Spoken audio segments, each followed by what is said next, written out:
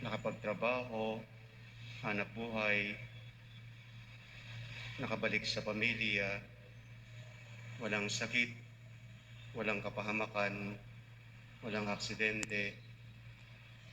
Salamat sa biyaya ng kalusugan, sa bawat pagising sa umaga, kasama yung pamilya, mga mahal sa buhay, na patuloy nating inaalayan ng mga pagpapagal ng mga sakripisyo. Bagamat patuloy tayong umasa at magtiwala sapagkat ang ating kaligtasan ay nagmumula sa Diyos.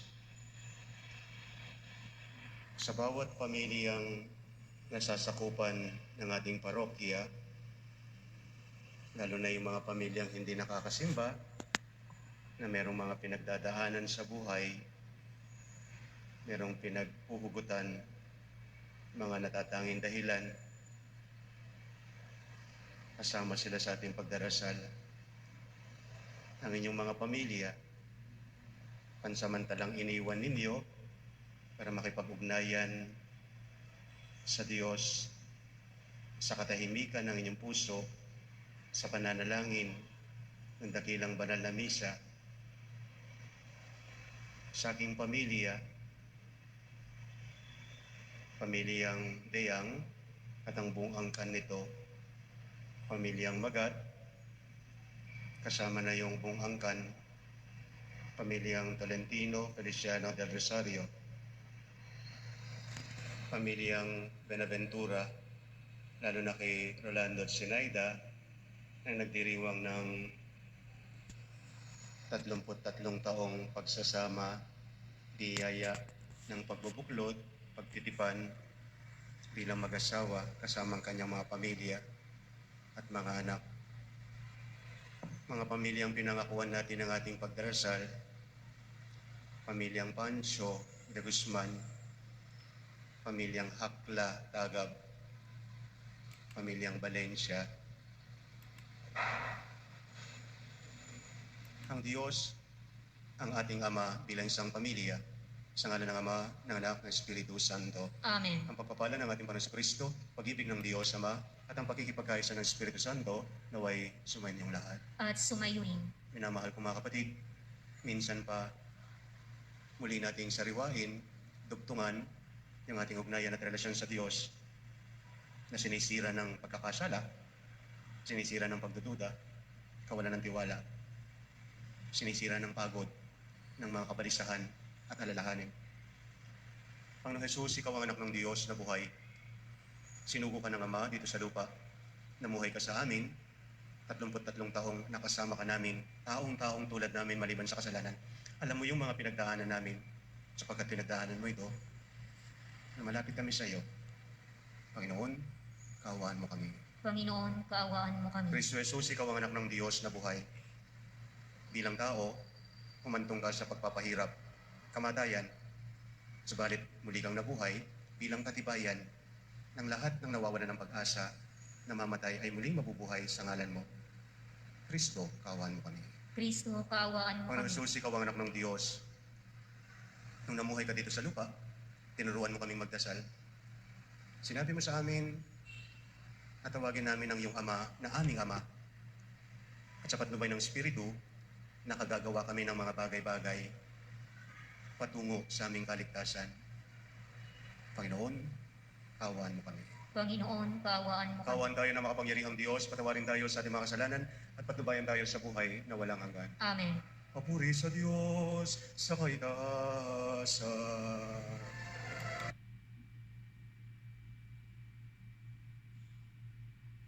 Papuri sa Diyos sa kaitaasan. Papuri sa Diyos.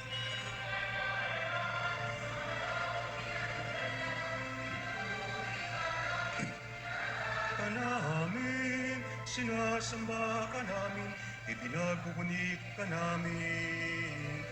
Isasalamatan ka namin sa iyong dakilang angking kapurihan. Panginoong Diyos, Hari ng langit, kasamang makapangyarihan sa lahat. Panginoong Yesu Cristo, bugtong na. Panginoong Diyos, Kordero ng Diyos,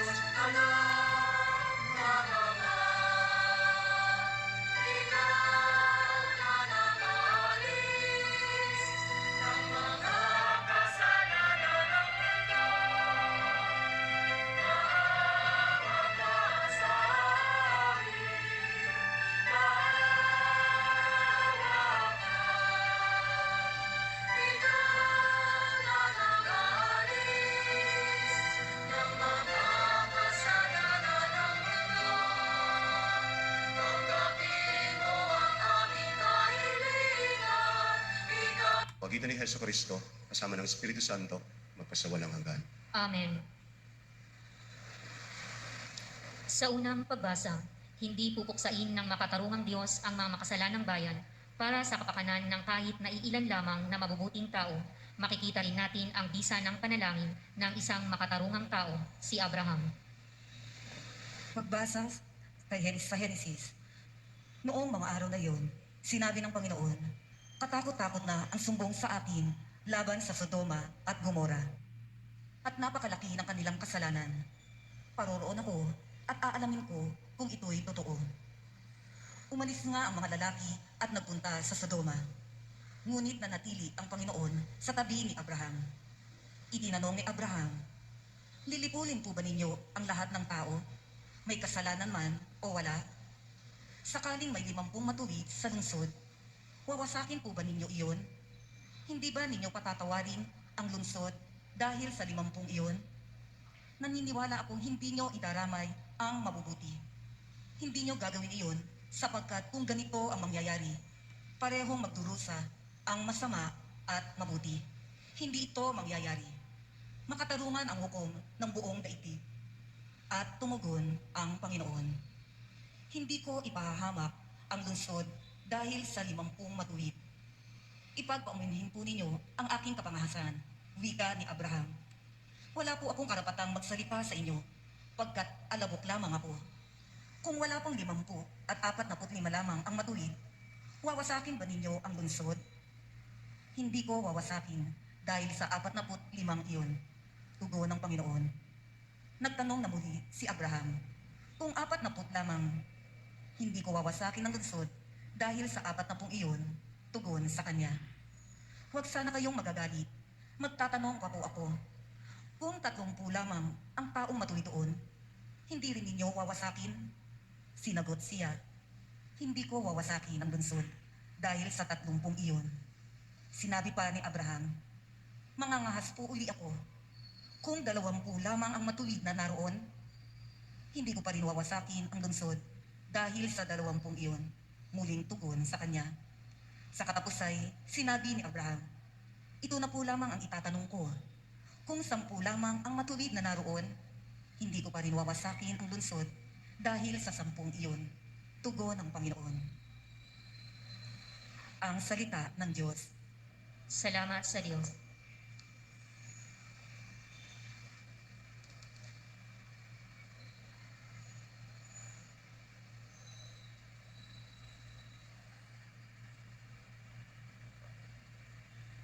Noong ako ay tumawag, tugon mo'y aking tinanggap. Noong ako'y tumawag, tugon mo'y aking tinatanggap. Ako poon buong pusong aawit ng pasalamat. Sa harap ng mga anghel, pupurihin kitang ganap. Sa harap ng iyong templo ay yuyuko at gagalang. Pupurihin kita roon, pupurihin ang iyong ngalan. Noong ako'y tumawag, tugon mo'y aking tinatanggap. Dahilan sa pag-ibig mo at sa iyong katapatan, ika'y tunay na dakila, pati iyong kautusan. Noong ako ay tumawag, tinanggap ko ang tugon mo. Sa lakas mong itinulong, ay lumakas agad ako. Noong ako'y tumawag, tugon mo'y aking tinatanggap. Kung ang Diyos mang Panginoon ay dakila at mataas, hindi niya nililimot ang aba at mahihirap. Kumubli makikita niya yaong hambog at pasikat. Kahit ako'y nababatbat ng maraming suliranin, ako'y walang agam-agam, panatag sa iyong piling. Noong ako'y tumawag, tugon mo'y aking tinanggap. Nahahandang harapin mo, mapupusok kong kaaway. Ligtas ako sa piling mo, sa lakas na iyong taglay. Yaong mga pangako mo ay handa mong tukding lahat. Ang dahilan nito poon, pag-ibig mo'y di kukupas, at ang mga sinumulang gawain mo'y magaganap. Noong ako'y tumawag, tugon mo'y aking tinanggap.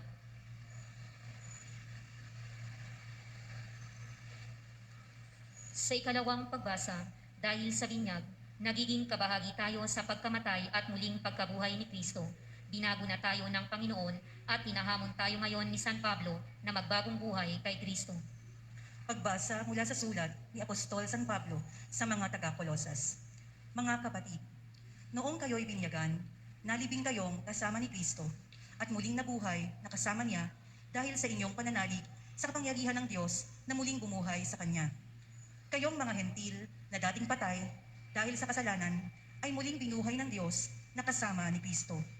Pinatawad niya tayo sa ating mga kasalanan at pinawalang bisa ang lahat ng kasulatan laban sa atin, pati mga pananakutang kaugnay nito. Pinawi niya ang lahat ng ito nang ipako siya sa krus. Ang salita ng Diyos. Salamat sa Diyos, magbigay galang po tayo sa mabuting balita.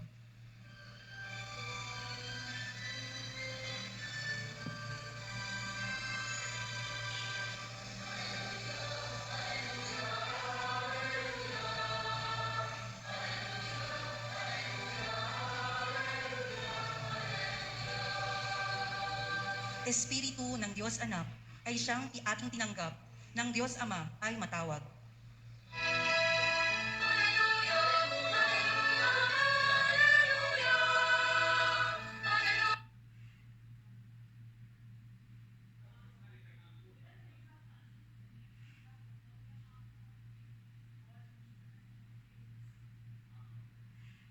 Noon, At sumainuhin, ang mabuting balita ng Panginoon ayon kay San Lucas. papuri sa iyo, Panginoon. Minsan, nananalangin si Jesus.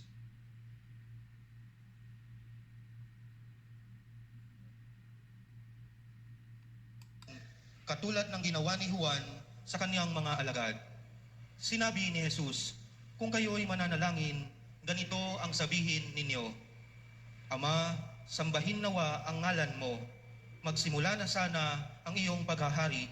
Bigyan mo kami ng aming makakain sa araw-araw at patawarin mo kami sa aming mga kasalanan sapagkat pinatatawad namin ang bawat nagkasala sa amin. Sinabi pa rin niya sa kanila, ipalagay natin na ang isa sa inyo ay nagpunta